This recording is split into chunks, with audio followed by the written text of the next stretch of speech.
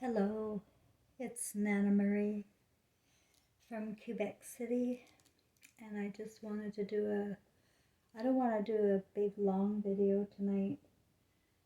I want to touch base about the imagination again. It's the most critical part of anything I can talk about is our imaginations. Um, each of us has one, and it gets developed from the time we're born. And the imagination is our ego.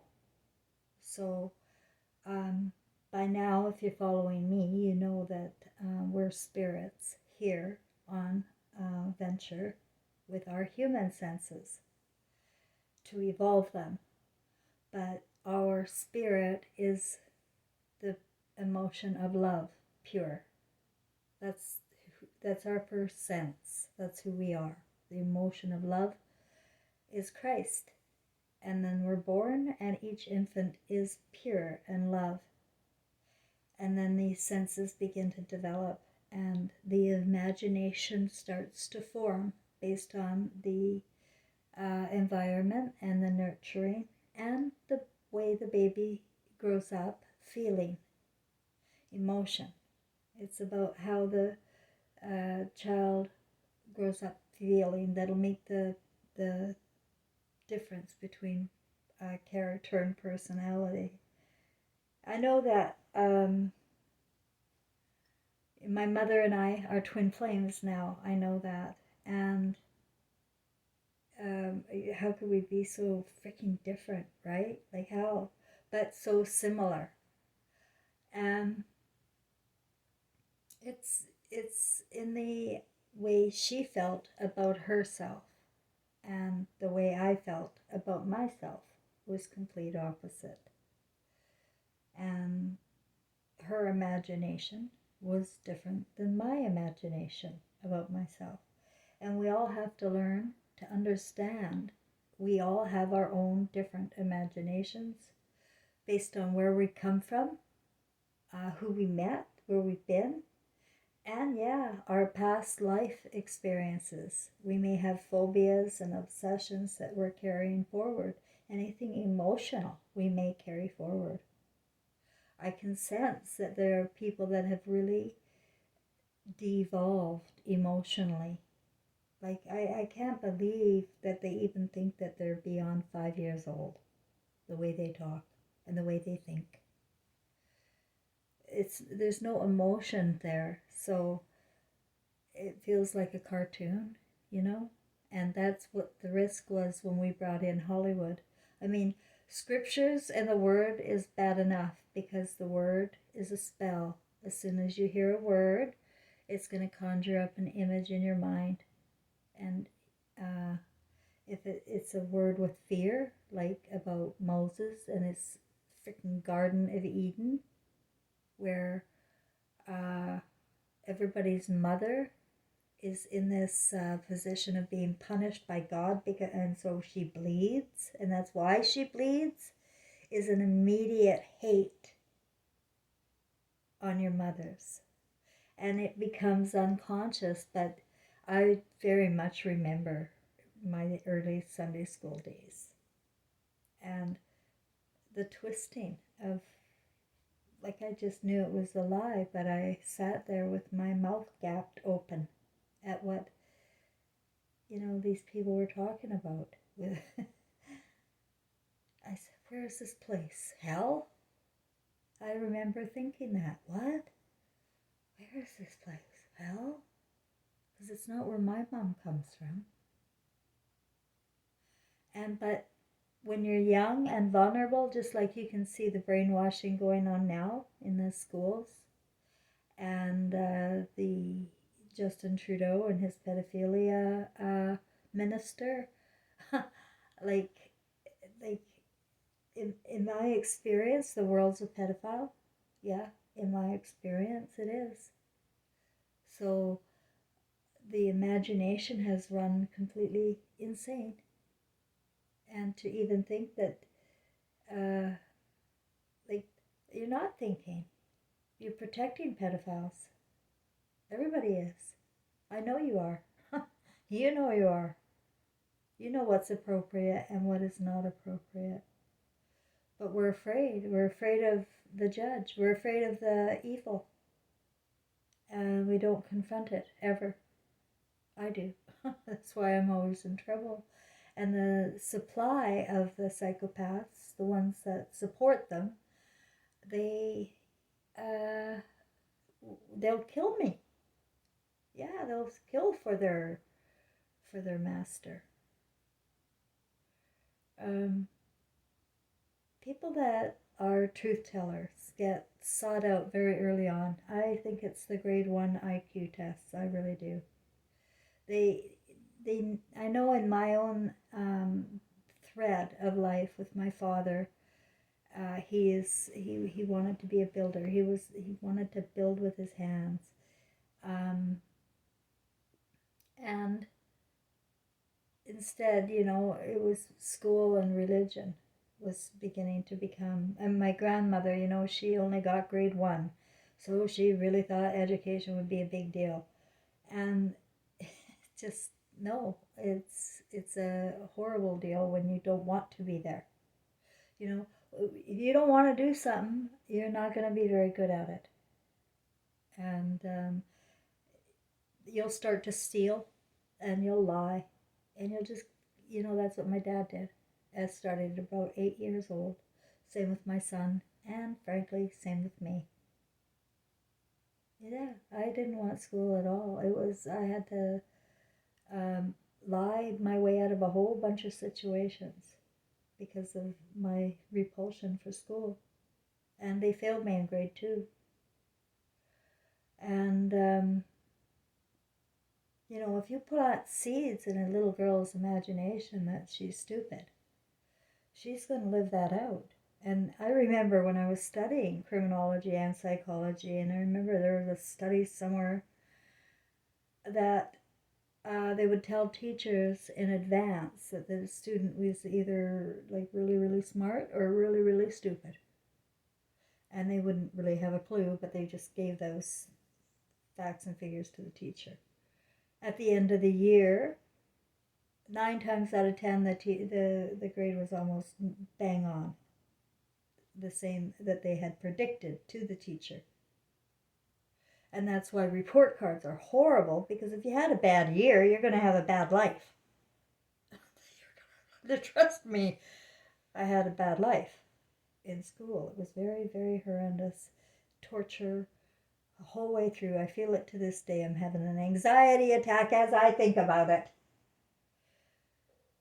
And I was born in 59, so things have gotten a lot worse for the kids. And now I can't even communicate with my granddaughter at all. I have no idea what's in her imagination.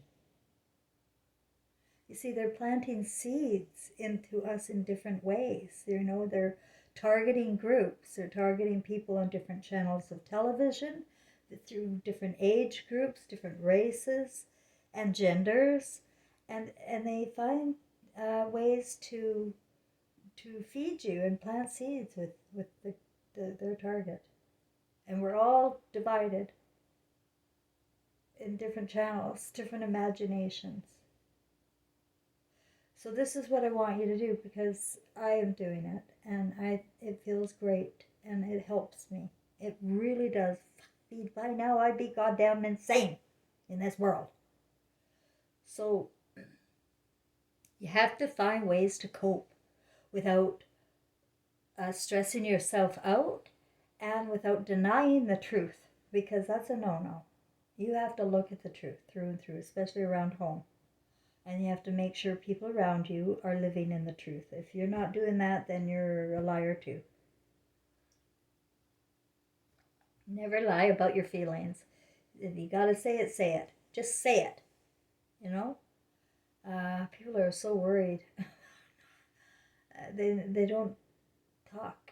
People aren't talking anymore. Express yourself. Express yourself. That's a coping mechanism. Keeping it in, you're going to drive yourself insane. Also, keeping a journal, writing it out, maybe. You don't have to do anything fancy. You could just start writing. Writing I found very helpful If you don't like to write, you can record. I find talking into my videos very helpful. So you can record. You're going to find ways that appeal to you, that you like. Like I've always talked about, you're going to be drawn to what you want to do. And that's what I'm all about. I'm all for do what you want to do. Thou shalt want.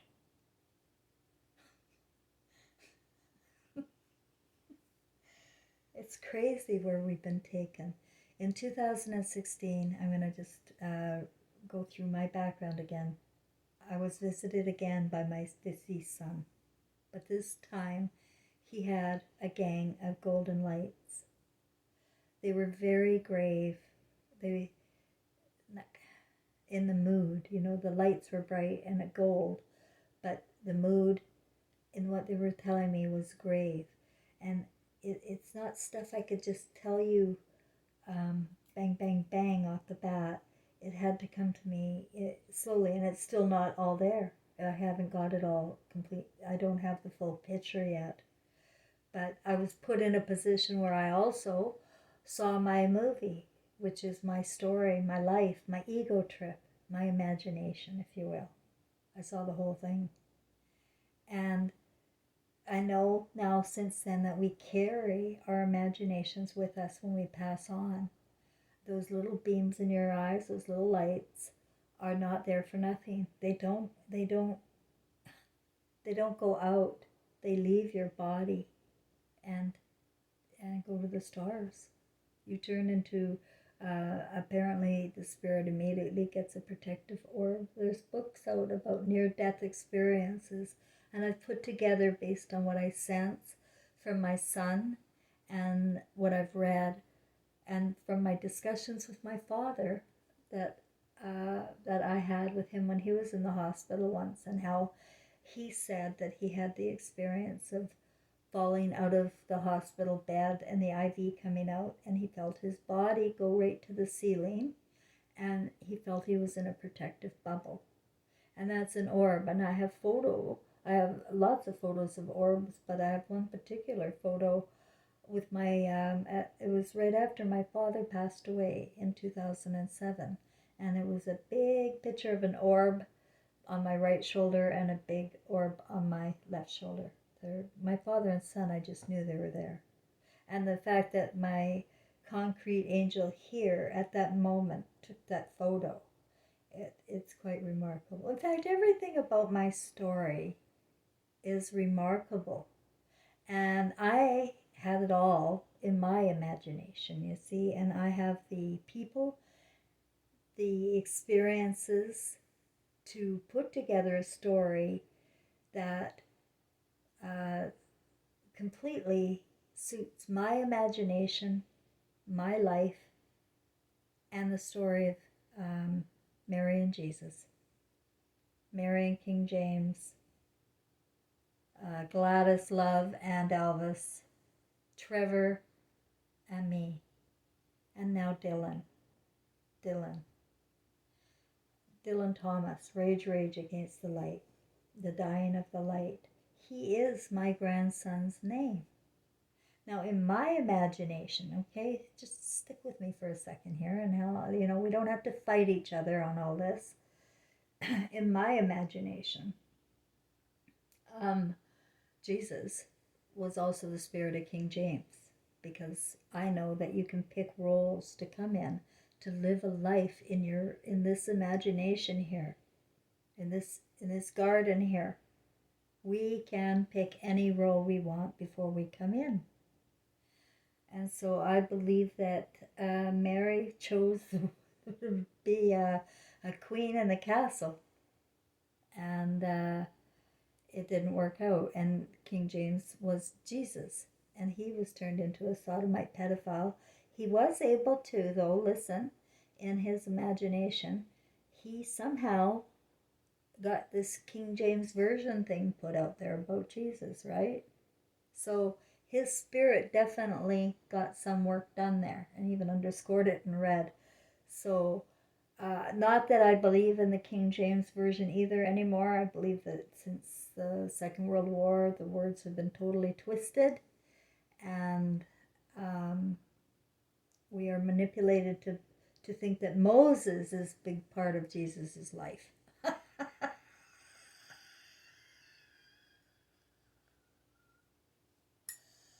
I mean, you see it everywhere as Judo-Christianity thing. And just, it won't work out because Jesus came to debunk Moses and Abraham and the garden and the whole works. He didn't want worship. That was the Jesus I know. He didn't want worship. And he said, well, don't judge. And we manifest from our imaginations. And he was talking about manifesting fish and bread. And, don't judge. And instead of giving you 10 commandments, he said, thou shalt have no other gods before thee. And that means you. He said, whatever he is, you are too. And that's Christ. And that's what I was talking about earlier, that we are Christ at birth. And you know we are. Unless you're going to deny a baby is perfect. But the situation is that we've been overwhelmed and overtaken in the media. And the media has gotten worse. And there is no media that you want to be watching for any news or for any strength.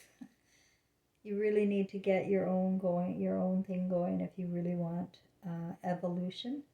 It's got to be personal. That's the only thing I can see. And so that's why my story is so outrageous. It's blasphemy everywhere. You could hear these Bible thumpers right now wanting to shoot me dead for what I say about, I own the Jesus and Mary story. Yes, I do. I know it more better than anybody else.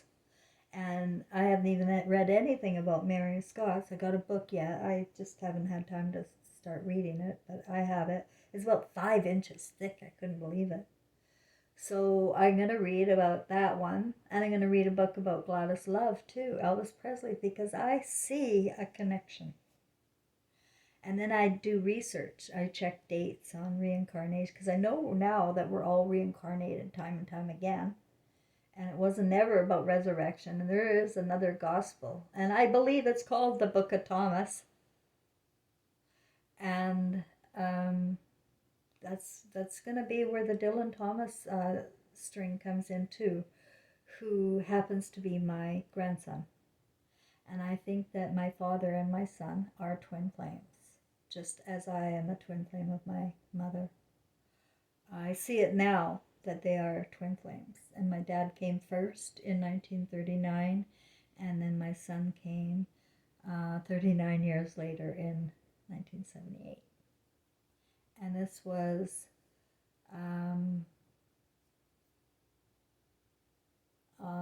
to come into the Gross-Close family. And the Gross-Close family started off in Virginia, as I mentioned yesterday. There's a little town called Virginia, and you can see at the corner of my video there, 3 people standing beside a sign that says Gross-Close. Gross-Close, Virginia. And it's a German name, and it's probably pretty significant to the thread that I'm born into this time. But it is part of my imagination, of course, that I'm putting it together. And you have to understand that I am putting together the story based on my people and experiences. It may not be true for you, right? But if I feel that my family and story is here for humanity because of, the visit with the beings of light and what they put me through and what I've been through. I know what I'm here for, and that I am tasked with we have to stop the light from going out. We have to stop it from going out. In Dylan Thomas, my grandson, and every child. The lights in the eyes, the imagination,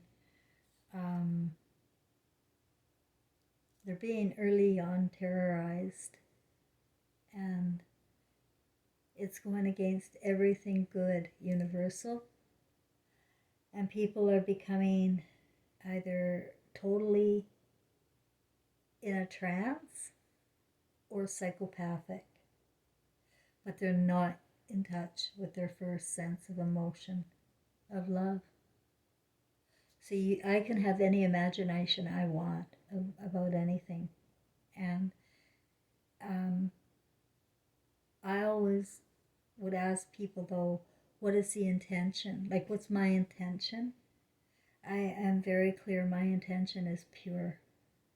It is to save the light, literally. I don't want your money. I want my grandson's light, Dylan Thomas. Because if he has hope, then I feel humanity has hope. But all he knows is pain and loss, and same with my granddaughter. All they know is neglect, pain, loss, abuse. That's all they know. And so there's very little trust in our young people because they get pushed around by, parents and stressed out parents, and then at school and then other kids. It's a very, very hellish life. Trust me, it's hell. And we don't recognize it because we've lost our sense of feelings and we don't remember our first sense of emotion. But I need you to know the emotion comes back. And when you're playing your movie after you pass on and you see your life, your story, right? And you're not, in a stressful situation at that point. You're just looking at your overall life. And the sense I get when I looked at my life is that there's probably nothing wrong. But there was something wrong.